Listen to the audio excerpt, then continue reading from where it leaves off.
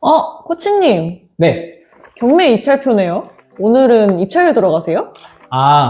저는 아니고요. 수강생분들 중에 입찰하시는 분들이 많이 생기셔가지고 오늘은 여러분들이 실제로 입찰하는 것처럼 순서대로 생생하게 입찰 서류는 어떻게 쓰는지 또 주의해야 할 실수까지 전부 알려드리려고 해요. 우와, 경매 초보자들한테 진짜 도움되겠네요. 사실 책으로만 보면은 뭐가 뭔지 하나도 모르겠더라고요.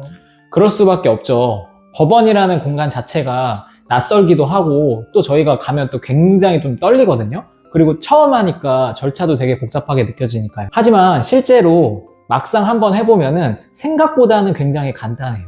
저처럼 처음인 사람도 이 영상만 보면 바로 입찰할 수 있어요?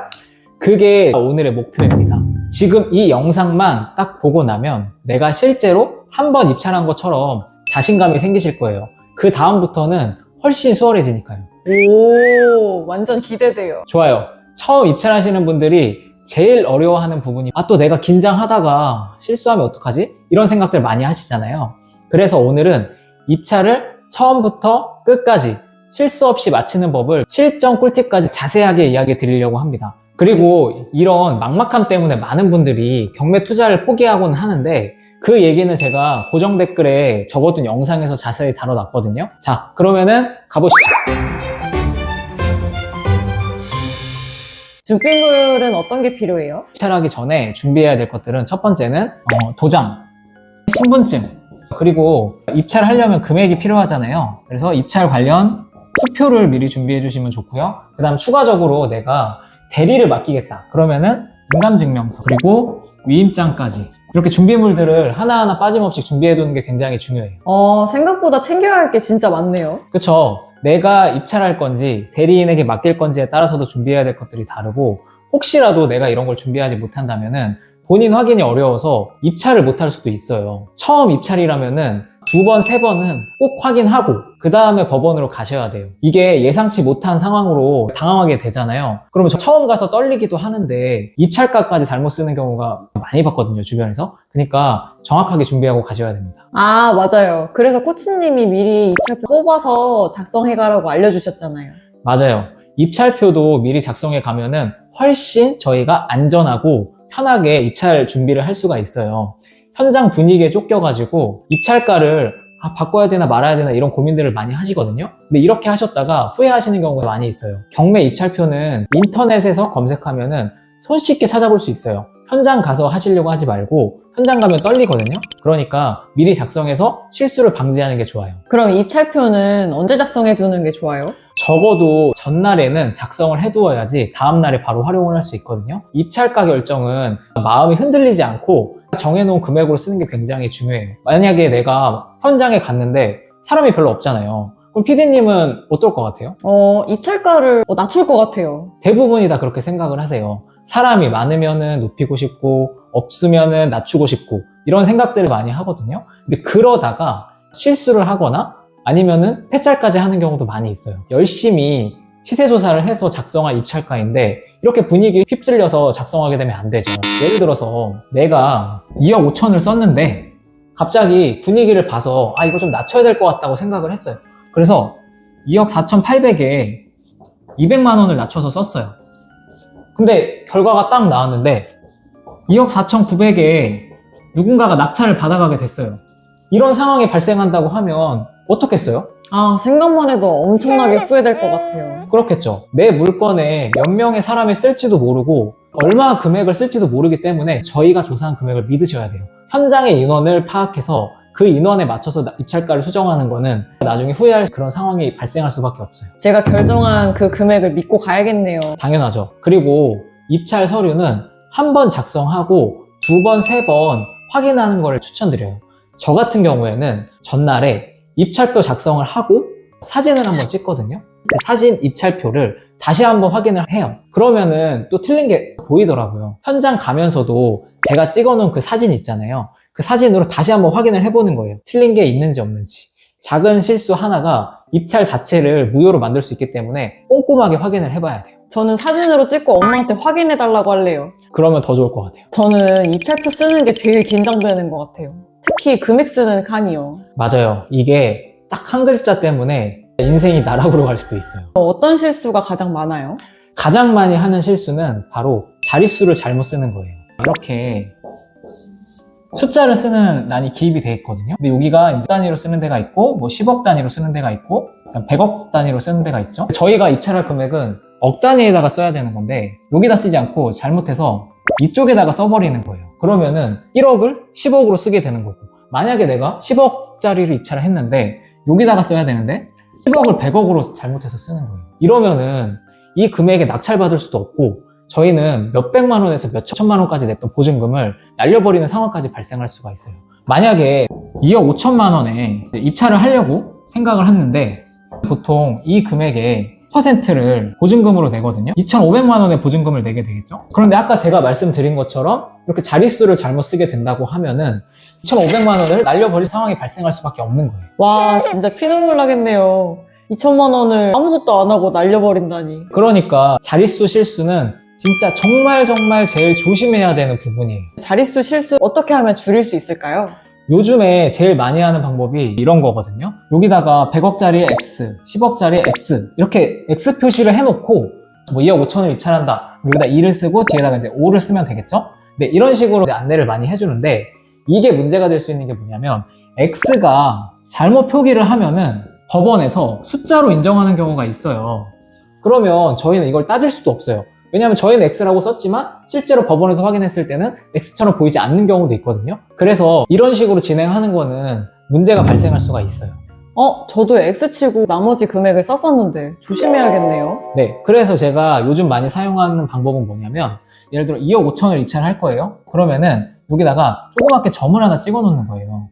이렇게 점을 찍어 놓으면은 이 점을 찍어 놓은 걸로부터 저희 입찰가를 쓰면 되는 거고, 만약에 이쪽으로 내가 입찰가가 써져 있다. 그러면 잘못 쓴 거겠죠? 그러면은 다시 입찰가를 작성을 해서 올바른 입찰가를 쓰려고 노력을 해야 돼요. 그렇게 하면은 실수할 수 있는 확률을 확 낮출 수가 있어요. 오, 그렇네요. 숫자를 적는 칸에다가 표기도 하지 않으니까 문제가 생길 여지도 없겠네요. 그렇죠. 또 중요한 거는 인감도장하고 인감증명서 관련된 부분이에요. 직접 입찰할 때는 인감도장, 막도장으로 가능한데 대리인을 세우고 저희가 입찰을 하게 됐을 경우에는 반드시 인감증명서와 위임장까지 준비를 꼭 해야 돼요. 아, 저도 봤어요. 낙찰 됐는데 인감증명서랑 위임장 안 내셔가지고 무효가 되더라고요. 그분 표정이 지금도 생생하게 기억나요. 근데 인감증명서는 유효기간은 따로 없어요? 보통 인감증명서는 발급일로부터 6개월이 지나지 않은 인감증명서만 유효하게 인정이 돼요. 그 이상 된 거는 법원에서 인정 안 해줄 가능성이 높거든요. 코치님, 보증금 이거 쓰는 것도 되게 애매하잖아요. 얼마 넣어야 할까 혼란스러운 경우도 많고요. 네, 정확히 말하면은 입찰가와 상관없이 법원에서 제시한 최저 입찰가의 10%가 보증금 기준이에요. 예를 들어서 최저가가 2억 원이면 보증금은 2천만 원이겠죠? 그러면 딱 2천만 원에 맞춰가지고 보증금을 넣어야 하나요? 이렇게 많이 물어보시거든요. 딱 맞춰서 내야 하는 거 아니었어요? 2천만 원 이상만 내면 돼요. 어떤 분들은 2천만 원짜리 수표 뽑아놓고서 최저가가 1억 8천만 원이면은 1,800만 원만 있으면 되잖아요. 그런데 기존 수표를 다시 은행에다가 반납을 하고 또 다시 1,800만 원을 딱 맞춰서 뽑고 입찰을 하신다는 거예요. 대부분이 이렇게 많이들 하세요. 이걸 잘 모르셔가지고. 그래서 2천만 원짜리 수표 한 장이면은 폐차를 해도 최저가 2억 원 미만은 모두 재사용이 가능해요. 은행 가면은 대기도 해야 되고, 그리고 수표 뽑으려고 하면은 이런 거 저런 거 작성할 게 생각보다 많이 있거든요. 너무 시간이 많이 걸리는데 이것만 알면은 정말 많은 시간을 단축시킬 수가 있는 거죠. 매번 은행 가서 대기하고 시간 엄청 많이 걸렸는데 이제 알게 됐네요. 근데 반드시 보증금은 최저가의 10%는 아니에요. 그럼 더 내야 할 수도 있는 거예요? 네, 맞아요. 재매각 사건은 보증금 비율이 20%에서 30%까지 내야 되는 경우가 있거든요. 이거는 경매지에 들어갔을 때 매각 물건 명세서를 통해서 확인이 가능하니까 만약에 경매지에서 미납한 사례가 보인다고 했을 때는 반드시 확인을 하고 보증금을 넣어주셔야 돼요. 이런 거 실수 하나하나가 모여가지고 기회가 날아가면 안 되잖아요. 잘 확인해 봐야겠네요. 근데 보증금은 꼭 수표로 가져가야 돼요? 현금으로 가져가면 안 되나요? 현금으로 가져가는 것도 당연히 가능한데, 그런데 전날 미리 은행에 가서 수표 한 장짜리로 뽑아두는 게 훨씬 안전해요. 현금으로 뽑았을 때 이만큼 많은 돈이 생기잖아요. 그거를 봉투에다가 넣는다고 생각해보세요. 그게 쉽겠어요? 들어가지도 않겠죠. 그리고 그러다가 한 장이라도 덜 넣어가지고 실수하면 그때는 어떻게 해요? 와, 생각만 해도 진짜 끔찍하네요.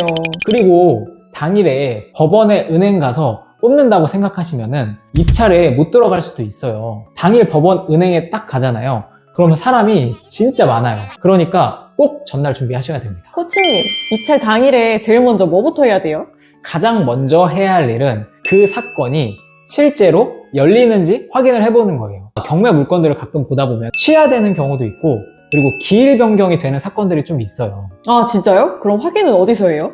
법원 경매 정보 사이트나 아니면 법원 홈페이지 이런 곳에 들어가시면은 위 내용들을 확인을 해볼 수가 있거든요. 아니면 현장에 도착했을 때 법원 현장 게시판에서도 한 번 더 확인을 해볼 수가 있어요. 이렇게 둘 다 확인을 해봐야지 괜히 시간을 날리는 상황을 없앨 수도 있습니다. 이거 확인 못하고 끝까지 법원에 앉아 계시는 분들도 제가 많이 봤어요. 나중에 끝나고 물어봐도 시간만 날려먹은 것 같죠. 아, 최악이네요. 제 피 같은 연차. 진짜 아껴 써야 됩니다. 법원 입찰 마감 시간은 법원마다 달라요? 대부분 11시에서 11시 10분 사이에 마감이 되고요. 저는 항상 30분에서 40분 전까지는 도착하려고 합니다. 차 가져가도 돼요? 이것 좀 중요하죠. 시간 다 돼가는데 차 가져와서 주차 못하고 있으면은 엄청 초조하거든요.